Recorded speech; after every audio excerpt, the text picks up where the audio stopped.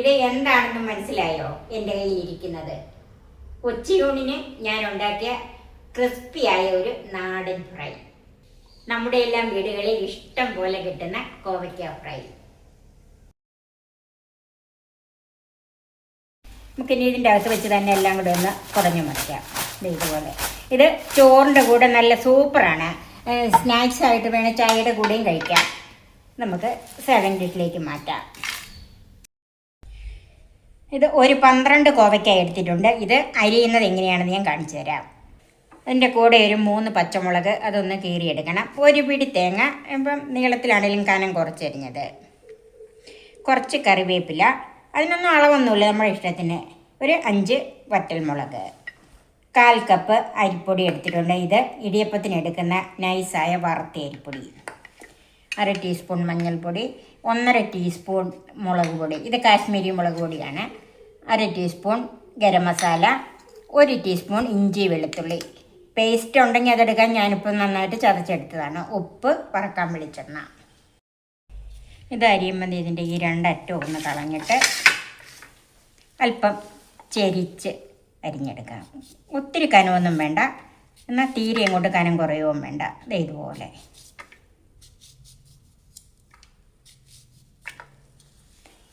ഇതുപോലെ ഇത് മുഴുവൻ അങ്ങനെ അരിഞ്ഞെടുക്കാം.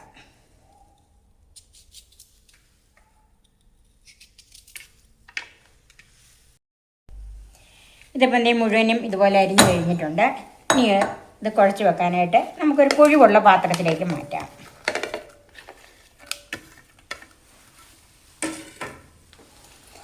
ഇനി അതിലേക്ക് പൊടികൾ ചേർക്കാം. മഞ്ഞൾപ്പൊടി ഒന്ന് മിക്സ് ചെയ്യാം. ഓരോന്നും ചേർത്തിട്ട് ഇങ്ങനെയൊന്ന് മിക്സ് ചെയ്ത് കൊടുക്കുന്നതാണ് നല്ലത്. മുളക് പൊടി,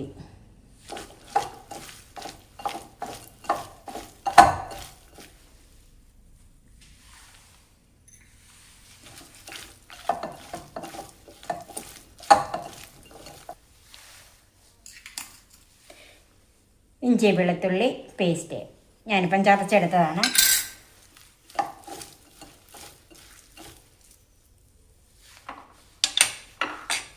ഉപ്പ്,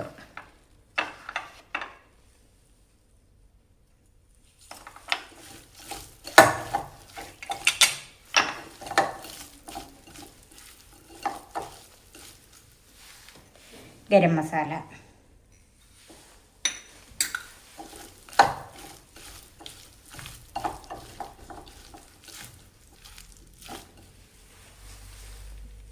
ഇതിലേക്ക് അരിപ്പൊടി കുറേശ്ശെ ചേർത്ത് കൊടുക്കണം.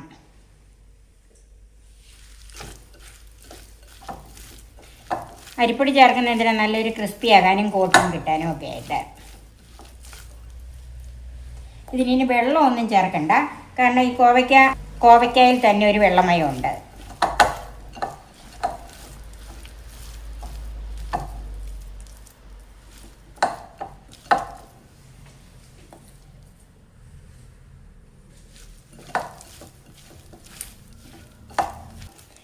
ഇപ്പം ഞാൻ അരിപ്പൊടി മുഴുവൻ ചേർത്തിട്ടില്ല.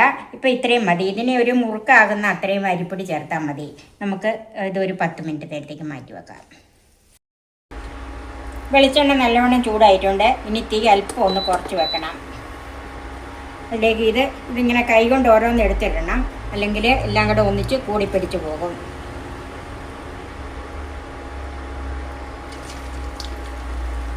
ഇങ്ങനെ ഓരോന്നോരോന്നാക്കി ഇടണേ.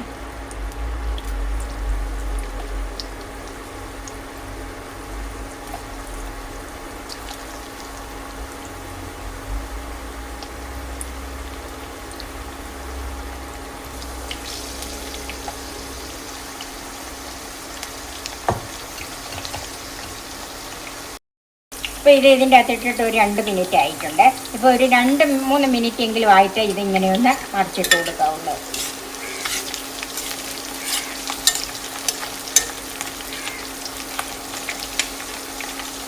ഇതിങ്ങനെ മറിച്ചും തിരിച്ചു വിട്ട് ഇടയ്ക്കിടയ്ക്ക് ഇളക്കി മറിച്ചിട്ട് കൊടുത്തോണ്ടാൽ മതി. നന്നായിട്ട് മൂപ്പിച്ചെടുക്കണം. ഇതിപ്പം നന്നായിട്ട് മൂത്തിട്ടുണ്ട്. നമുക്ക് എണ്ണയിൽ നിന്ന് മാറ്റാം.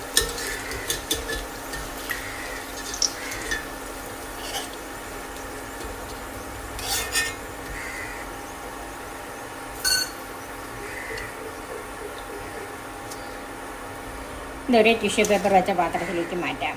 ബാക്കി നമുക്ക് ഇതുപോലെ വറുത്തെടുക്കാം.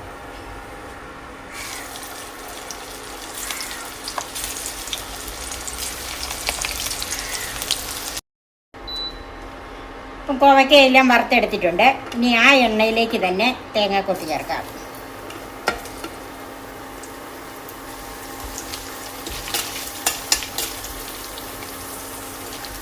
തേങ്ങാക്കൊത്ത് വറുക്കുമ്പോഴൊക്കെ തീ ഒരു മീഡിയം ഫ്ലെയിമിൽ വെക്കണം. തേങ്ങാക്കൊത്ത് മൂത്തിട്ടുണ്ട്. ഒത്തിരി അങ്ങോട്ട് കരിഞ്ഞു പോകണ്ട. നമുക്ക് കടിക്കാനുള്ളതല്ലേ, അപ്പോൾ അതിനനുസരിച്ച് വേണം ഇത് കോരിയെടുക്കാൻ.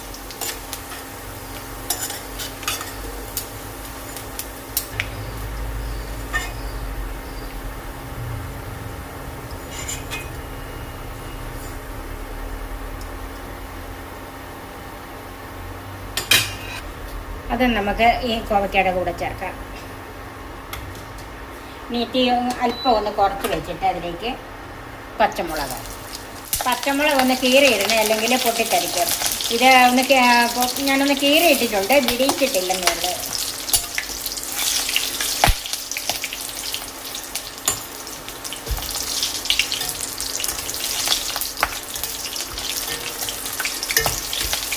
പച്ചമുളക് മൂട്ടിട്ടുണ്ട്, അതും മാറ്റാം. അതും ആ കോവയ്ക്കയുടെ കൂടെ തന്നെ ചേർക്കാം. ഇനി അതിലേക്ക് വറ്റൽമുളക് ഞാൻ ഞെടുപ്പ് കളയുന്നില്ല.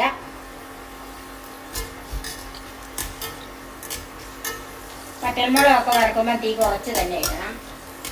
എണ്ണ നല്ല ചൂടാണല്ലോ. ഇതിലേക്ക് ഇതും മൂത്തിട്ടുണ്ട്. ഇതെല്ലാം കൂടെ ഒരുമിച്ച് ചേർക്കാം. ഇനി അതിലേക്ക് കുറച്ച് കറിവേപ്പില,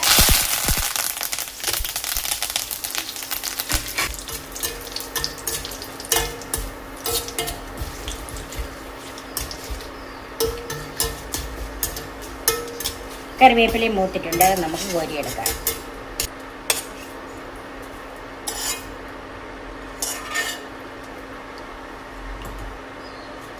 ഇതെല്ലാം കൂടെ ഒരുമിച്ച് ചേർക്കാം. നമുക്കിനി ഇതിൻ്റെ അകത്ത് വെച്ച് തന്നെ എല്ലാം കൂടെ ഒന്ന് കുടഞ്ഞു മറിക്കാം. ഇതുപോലെ ഇത് ചോറിൻ്റെ കൂടെ നല്ല സൂപ്പറാണ്. സ്നാക്സ് ആയിട്ട് വേണം ചായയുടെ കൂടെയും കഴിക്കാം. നമുക്ക് സെർവിങ് ഡിഷിലേക്ക് മാറ്റാം. ഇപ്പം എന്താ ഈ ശബ്ദം കേൾക്കുമ്പം തന്നെ അറിയാമല്ലോ ഇത് നല്ല ക്രിസ്പിയാണെന്ന്. ഇത് ചോറിൻ്റെ കൂടെ സൂപ്പറാണ് കേട്ടോ. നിങ്ങൾ ഇതുപോലെയൊന്ന് ഉണ്ടാക്കി കഴിച്ച് നോക്കണം.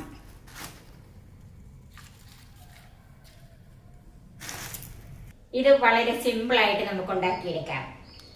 ഇത് നിങ്ങൾക്ക് ഇഷ്ടപ്പെട്ടാൽ എൻ്റെ ഈ ചാനൽ സബ്സ്ക്രൈബ് ചെയ്യാനും എൻ്റെ ഫേസ്ബുക്ക് പേജ് ലൈക്ക് ചെയ്യാനും ഷെയർ ചെയ്യാനും കമൻസ് അറിയിക്കാനും മറക്കരുത്. പുതിയ പുതിയ വിഭവങ്ങളുമായി നമുക്ക് വീണ്ടും കാണാം. ഞാൻ സോഫി വീഡിയോക്കോസ്.